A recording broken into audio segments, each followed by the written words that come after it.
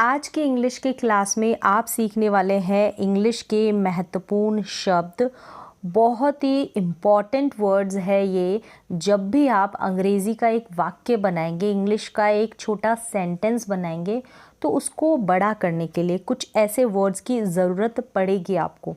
उन सेंटेंस को और ज़्यादा सजाने के लिए, और ज़्यादा अट्रैक्टिव बनाने के लिए, तो ऐसे कुछ इम्पॉर्टेंट वर्ड्स है, तो वो मैं आपको यहाँ पर बताऊँगी। इन सारे वर्ड्स को आपको याद कर लेना है। तो चलिए स्टार्ट करते हैं। क्या है ये वर्ड्स? जैसे कि आपको बोलना है इंग्लिश में सभी लोग, सभी बच्चे, यह सब, तुम सब, एक महीने में, छोटे छोटे वर्ड्स है। एक तरीके से ये एक पूरे सेंटेंस का काम कर रहे हैं, ऐसा दिखाई दे रहा होगा आपको। लेकिन जब भी आप एक स्मॉल सेंटेंस बनाएंगे तो ऐसे छोटे छोटे वर्ड्स को आप लेकर उस सेंटेंस को और ज़्यादा बड़ा करते हैं और ज़्यादा सजाते हैं, अट्रैक्टिव उसको बनाते हैं। तो क्या है ये वर्ड्स? पहला जो वर्ड है हमारे पास वो है सभी लोग। आपको इंग्लिश में बोलना है सभी लोग, तो आप कैसे बोलेंगे? All the people. सभी लोग, ऑल द पीपल।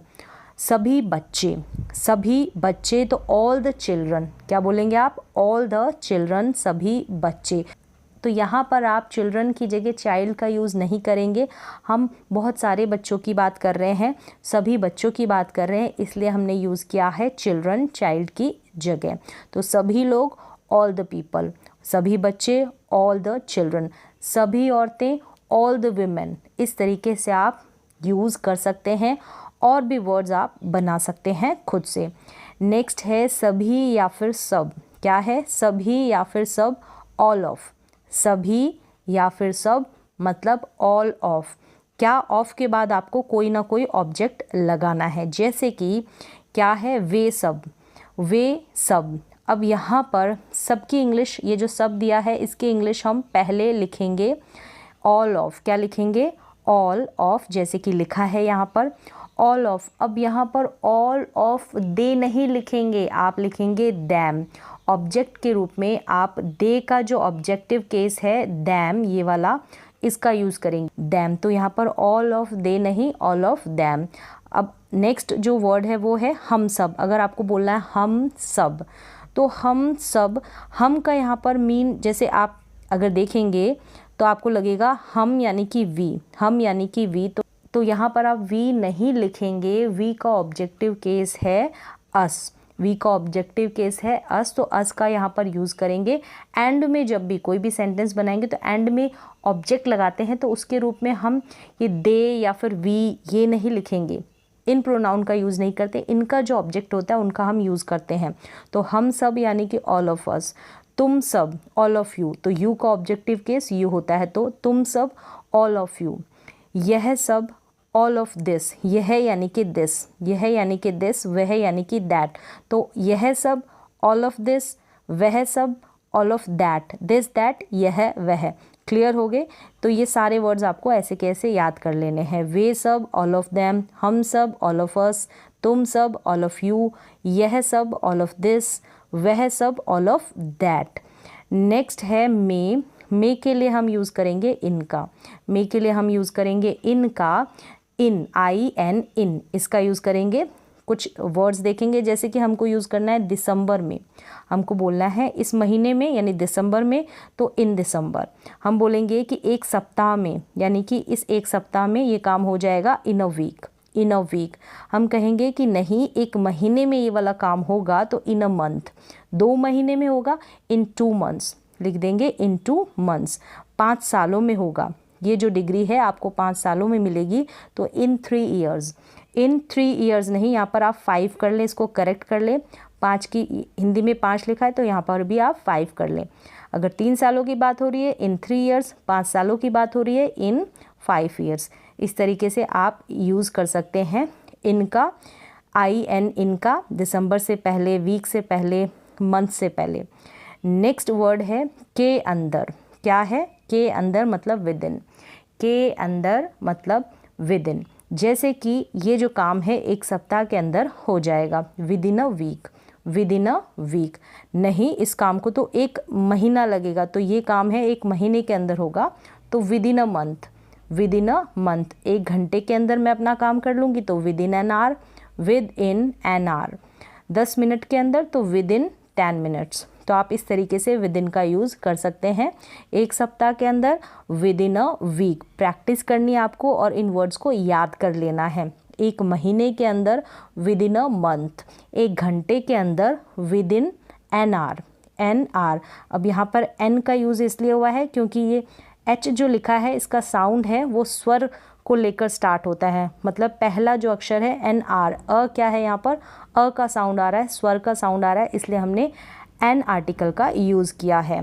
क्लियर हो गया। नेक्स्ट वर्ड की तरफ चलते हैं। के सामने या फिर आगे मतलब कि बिफोर। के सामने आगे मीन्स बिफोर, यानी कि मेरे सामने, वो तो मेरे सामने खड़ी है, बिफोर मी, बिफोर मी, के सामने या आगे, के सामने या आगे, मेरे सामने, तो बिफोर मी, बिफोर मी। अब यहाँ पर मी लिखेंगे, माई नहीं लिखेंगे, मेरे का ऑब्जेक्टिव केस, यानी माई का जो ऑब्जेक्टिव केस होगा वो होगा मी, तो एंड में हम बिफोर मी, बिफोर माई नहीं लगाएंगे, बिफोर मी। नेक्स्ट चलते हैं, हमारे सामने। अब यहाँ पर हमारा यानी आवर या फिर आप वी का यूज़ नहीं कर देंगे, हम या हमारा, यानी कि आवर का आपने यूज़ कर दिया, नहीं, आपको यूज़ करना है एस का। क्या करना है, अस का। अस यानी कि वी का ऑब्जेक्टिव केस होता है अस, ठीक है, और आवर का आवर्स, इस तरीके से हमारे सामने, बिफोर अस। नेक्स्ट है से पहले।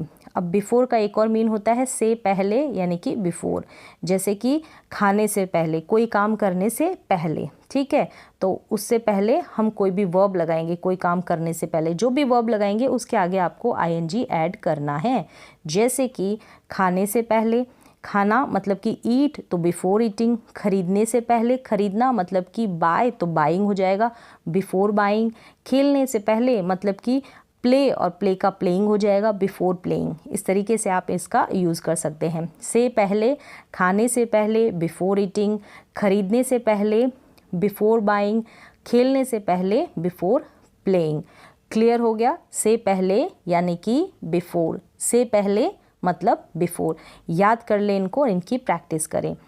तक मतलब कि बाय, तक मतलब कि बाय, ये जो काम है 2 बजे तक हो जाएगा तो बाय 2 o'clock। ये काम 3 बजे तक होगा तो बाय 3 o'clock। कल तक होगा तो बाय टुमारो, और सोमवार तक होगा तो बाय मंडे। इस तरीके से आप बाय का यूज़ कर सकते हैं। बाय मतलब कि तक, बाय मीन्स तक, 2 बजे तक 2 o'clock, बाय 2 o'clock। 3 बजे तक बाय 3 o'clock। कल तक बाय टुमारो, और सोमवार तक बाय मंडे। क्लियर है। नेक्स्ट है, इनको भी आप याद कर लें। के बीच, 2 के बीच की बात होगी तब हम बिटवीन का यूज़ करेंगे, जैसे कि तुम्हारे और मेरे बीच, बिटवीन यू एंड मी। तुम्हारे और मेरे बीच, between you and me. Clear है। इन 2 शहरों के बीच, बिटवीन दीज 2 सिटीज़। यहाँ पर दीज यानी इनका जो है, इन है, इसका यूज़ हम इंग्लिश में दीज के रूप में करेंगे, ठीक है। और 2 यानी कि 2, शहर यानी कि सिटीज़, 2 है इसलिए सिटीज़ हो गया है। बिटवीन दीज 2 सिटीज़, इन 2 शहरों के बीच। याद कर ले इनको। फिर नेक्स्ट है थोड़ा या थोड़ा सा, अ बिट ऑफ। थोड़ा या थोड़ा सा, अ बिट ऑफ मतलब कि जैसे कि थोड़ा सा नमक, ठीक है, a bit of salt, a bit of salt. थोड़ा या थोड़ा सा, a bit of, a bit of salt. Next है वर्ड हमारे पास दोनों यानी कि बोथ। दोनों यानी कि बोथ, BOTH, बोथ। दोनों लड़के मतलब बोथ बॉयज़, दोनों लड़के, 2 की बात होगी तो बोथ, दोनों लड़के, बोथ बॉयज़। नेक्स्ट वर्ड है हमारे पास के दौरान या फिर में, यानी कि ड्यूरिंग। के दौरान या फिर में, तब हम लिखेंगे ड्यूरिंग, यानी कि छुट्टी के दौरान, ड्यूरिंग द वेकेशन। छुट्टी के दौरान, ड्यूरिंग द वेकेशन। शादी के दौरान, ड्यूरिंग द मैरिज। इस तरीके से आप इसका यूज़ कर सकते हैं ड्यूरिंग का। नेक्स्ट है हर एक या फिर प्रत्येक या फिर एक एक। एक एक की जब बात की जाएगी तो हम वर्ड का यूज़ करेंगे, कौन से वर्ड का, ईच का यूज़ करेंगे, EACH, ईच। किसका यूज़ करेंगे, ईच का। मतलब जैसे कि प्रत्येक किताब की बात कर रहे हैं हम तो ईच बुक, प्रत्येक किताब, मुझे प्रत्येक किताब चाहिए तो each book, I want each book. इस तरीके से आप सेंटेंसेस बना सकते हैं छोटे छोटे जो वर्ड्स हैं इनको लेकर। प्रत्येक बॉक्स यानी कि ईच बॉक्स, प्रत्येक बॉक्स यानी कि ईच बॉक्स। एक दूसरे को या फिर से ईच अदर, एक दूसरे को या फिर से। सेंटेंस देख लेते हैं, क्या है, एक दूसरे की मदद करना, तो हेल्प ईच अदर। तो मदद करना जो काम है उसको हम पहले लिखेंगे और उसके बाद हम ईच अदर लिखेंगे। एक दूसरे को पसंद करना, तो पसंद करना पहले लिखेंगे लाइक ईच अदर। एक दूसरे को पसंद करना लाइक ईच अदर, एक दूसरे को पसंद करना। नेक्स्ट वर्ड है हमारे पास काफ़ी या फिर पर्याप्त। क्या है, काफ़ी या फिर पर्याप्त। इसके लिए इंग्लिश का वर्ड है इनफ। इनफ का मतलब है काफ़ी या फिर पर्याप्त, यानी कि पर्याप्त पैसे तो इनफ मनी, पर्याप्त समय तो इनफ टाइम, पर्याप्त पैसे इनफ मनी, पर्याप्त समय तो इनफ टाइम, यानी कि काफ़ी समय है। इस तरीके से आप सेंटेंसेस बनाएंगे जब इसका यूज़ करेंगे। पर्याप्त खाना यानी कि इनफ फूड।